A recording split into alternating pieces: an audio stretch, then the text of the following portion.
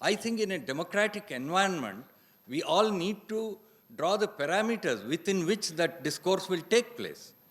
You cannot go on abusing people day in and day out because you don't like the fellow's opinion. The second thing is, you must think before you tweet.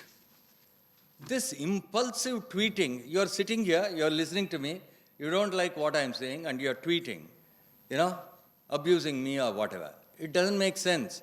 Don't be impulsive because, like they say, this is, even if you withdraw the tweet, some guys would have got a snapshot of that and that will haunt you for the rest of your life.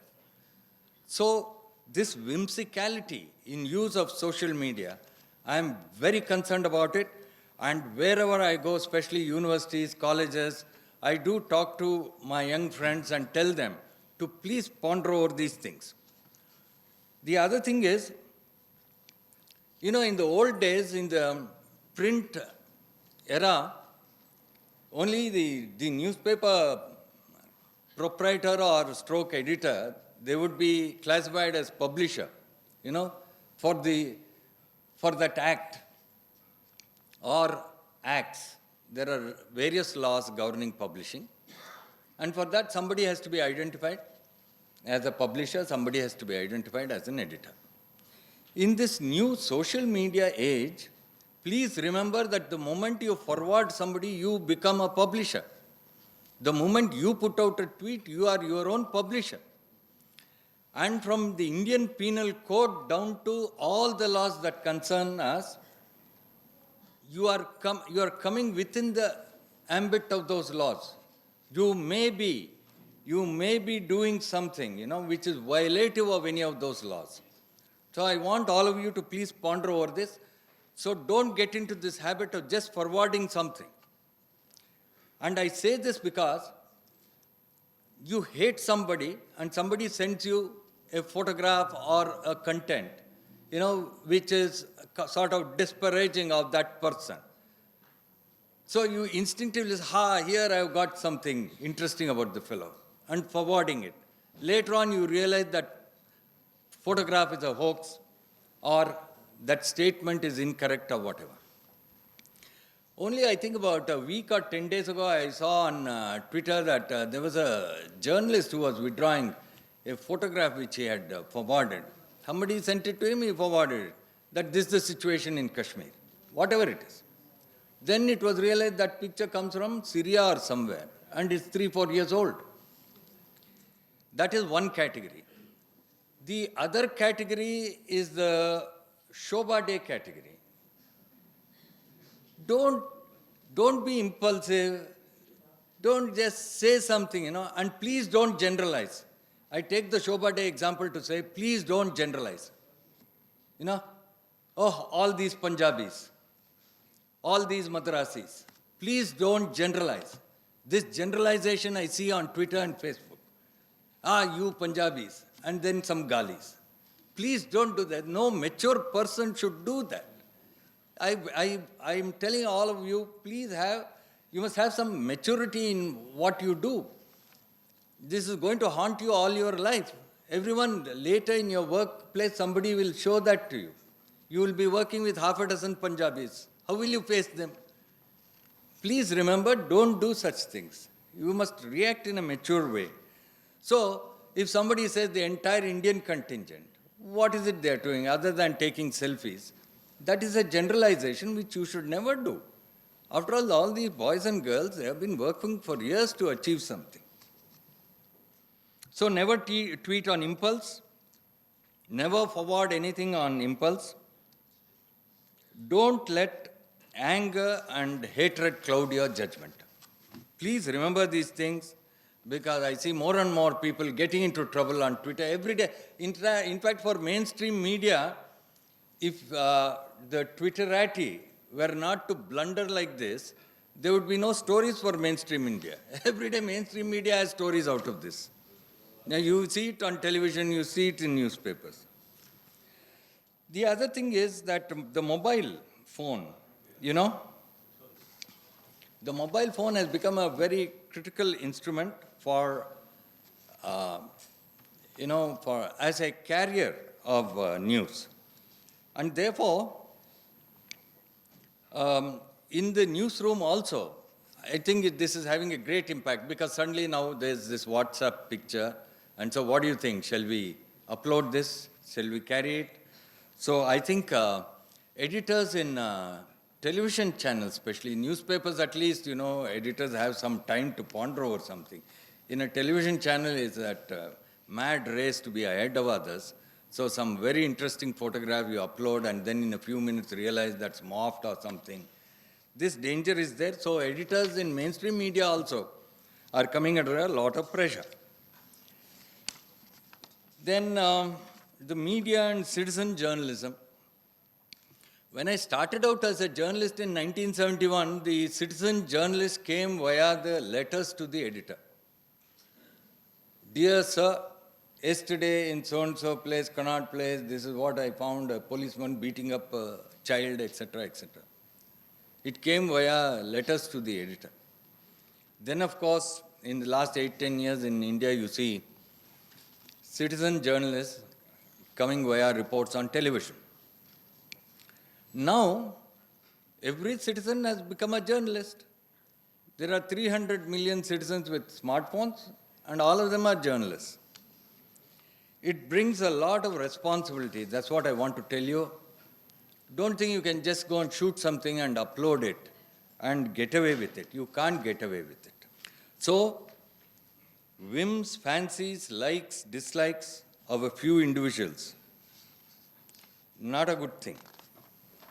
You have to use your smartphone far more responsibly.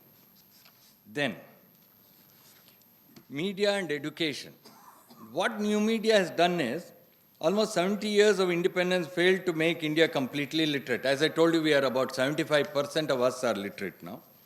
Digital literacy is a tool that can fast forward the education track and ultimately give a big push to the India growth story. So this is one of the positives of the new digital age. The best part of digital literacy is that it comes with an additional perk of arming you with a skill set that has economic potential. Skill India program can ride on Digital India platform for making young India literate and skill sets that are employable. The other big thing that has happened consequent to these technological developments and the smartphone, Twitter, Facebook, is what it has done to governance. E-governance and new media. In my view, they are made for each other. Both can work wonders so long as there is an alignment. Digital governance has come to be the mainstay of government today. The Prime Minister himself has shown the way, being a global leader, conducting his brand of politics using digital media. This trend is catching up and the opportunities are enormous.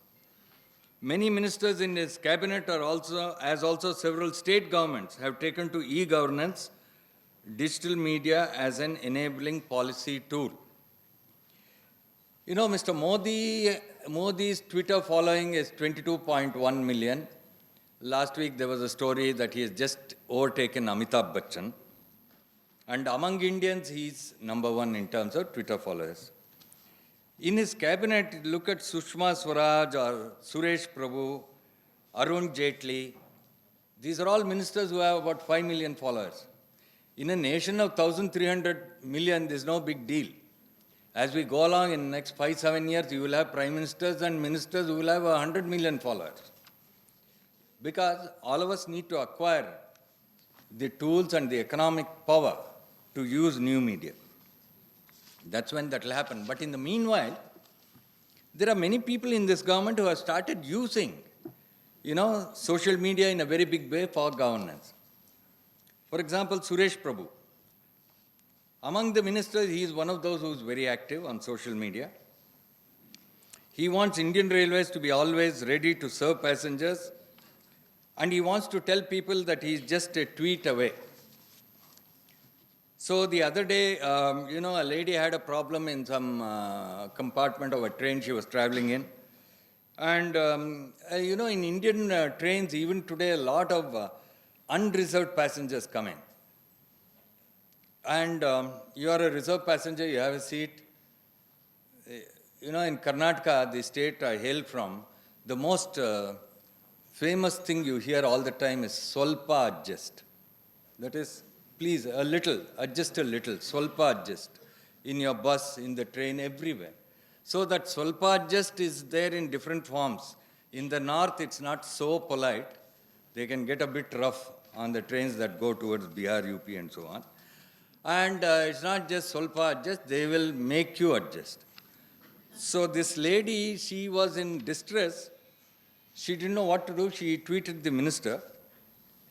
In a few minutes, the ticket collector came there, moved out all the unreserved guys, and he kept telling the lady, she tweeted afterwards.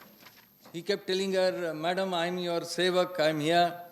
I'm just one compartment away. Why do you have to inform the railway minister? She need not we have to get to a point where she need not tweet the railway. She should be able to tweet the conductor or the driver of the train or whatever it is. We will get there. There are hundreds of stories like that. The other minister I want to talk about is Sushma Swaraj. In a recent article in Washington Post, Rama Lakshmi says the Indian foreign minister, she has called the Indian foreign minister the super mom of state. She says, since she took on the job 2 years ago, Sushma Swaraj has carved out an unlikely role for herself as a crusading super mom of state, solving the problems of distressed Indians around the world who send her their concerns via Twitter. She has 5.5 million Twitter followers. Keeping pace with her vision, the ministry has also created 165 Twitter accounts for Indian embassies and consulates. But as her reputation as a savior soars, more people are tweeting her directly, bypassing the local embassies. Okay, so here is a guy who tweeted her saying he's been laid off and he doesn't have food to eat. Where was this? This is in Saudi Arabia somewhere. So she tweets back, I assure you that no Indian worker rendered unemployed in Saudi Arabia will go without food. I am monitoring this on an hourly basis. What does she do? She directs the Indian embassy. The entire Jingbang crowd will land up there, organize food, organize some place to stay. This is happening almost on a daily basis. There's this other guy who went on a honeymoon, and there was a movie like this, I think. He left his wife behind because in the last moment she didn't get a passport or something. So this guy sets out on his honeymoon alone and tweets Sushma Swaraj. And Sushma Swaraj says, she says, ask your wife to contact me. She said in a tweet, I will ensure that she is with you on the next seat, in your next seat. Patel's wife got a new passport and the next day she joined her husband. This is the non-serious part, but the serious part is people. As a journalist, I have traveled out of the country on many assignments, this, that, and the other. Let me tell you, I have never seen our foreign office connect to the ordinary people in this country like they do today. I am very happy they are doing it. But I must tell you, for long years, there was a kind of nose in the air attitude.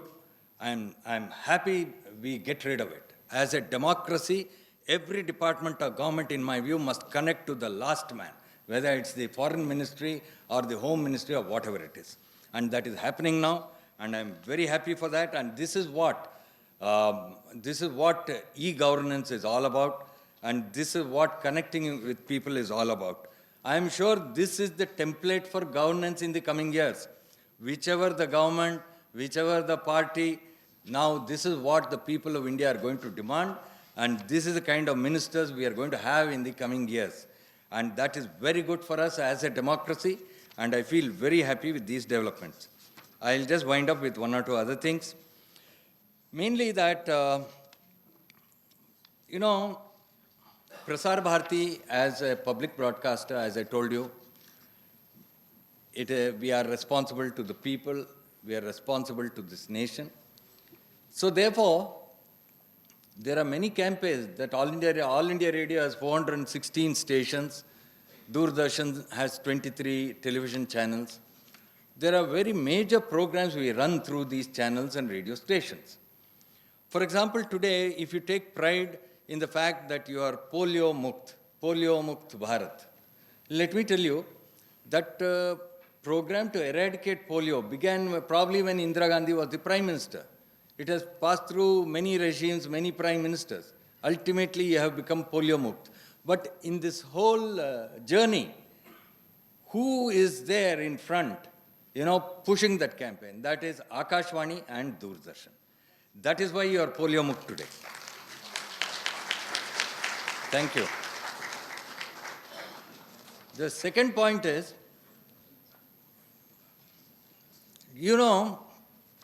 this Prime Minister has now raised this issue.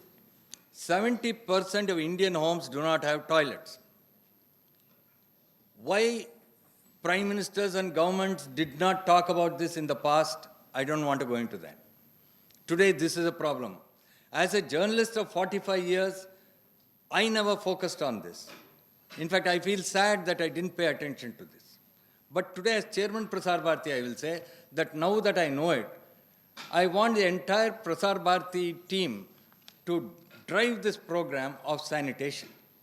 70% of Indian homes do not have toilets. What does this do to the dignity of women in this country, to the security of women, to the health of women? We have to sort this out. Okay, there is a government initiative. Forget the government. In my view, this is a national program. And I see all these are national programs. And this is what All India Radio and Doordarshan, in my view, must push. So every few minutes, you have this Vidya Balan advertisement, promo, I'm sure all of you have seen. And there are these promos where, the mother says, this is a very good marriage alliance proposal which has come. So why don't you say yes? And the daughter says, but mom, there's no toilet in the fellow's house. Okay? This, imagine, in Tamil, Kannada, Bengali, Marathi, Gujarati, all our languages, this message is being hammered home day in and day out. And I'm sure you are going to see a great impact of that. And the young people sitting in this audience, 5 years, 6 years down the line, one day somebody will tell you 70% of Indian homes have toilets. This is the achievement all of us as media persons will be able to do, provided we are focused on those larger national issues. And I think sanitation is a very important issue. So also, the absence of washrooms for boys and girls in schools. It's absolutely atrocious. After 70 years of independence, what is this that has happened? So, all right, now we have realized it, we must fix it. In my view, every citizen ought to have a role in this matter, and more so, those of us who are in media or those of us who are now going to come into media. The same thing is true of Beti Bachao, Beti Padhao. Having a sex ratio 870 to 1000 and things like that as in Haryana, we got to sort that out. This cannot go on. So how do you do it? So you got to campaign through your media, and all media outlets, in my view, must pay attention to some of these larger questions. That is why I also hold the view that in a nation like India, when we are beset with some of these fundamental problems, every broadcaster should be a public broadcaster in a sense. That is the responsibilities of a public broadcaster. And I do see that in many private channels. There are many private channels which are pushing some of these things which are of great national importance. And that is something which we must appreciate, and we must actually get back, give that feedback to media houses. And that's very important from a national point of view. The other thing, I'm talking of the skewed sex ratio, as a result of which, the government campaign says, save the girl child. Gopi Chand has tweaked that a bit. He now says, after the Olympics, saved by the girl child. So, India is now saved by the girl child. We must all remember that, and we need to address some of these national issues. And it's all possible through, now that you are all, on Twitter, Facebook, and you have your smartphones and all, deploy it at least once a day for some national cause like this. You know, this is not a cause which has any politics attached to it. These are all things that are pending which need to be done in this country. And I want all young people to be involved and engaged with these national programs and issues. I thank you very much for giving me this time, listening to me, and God bless.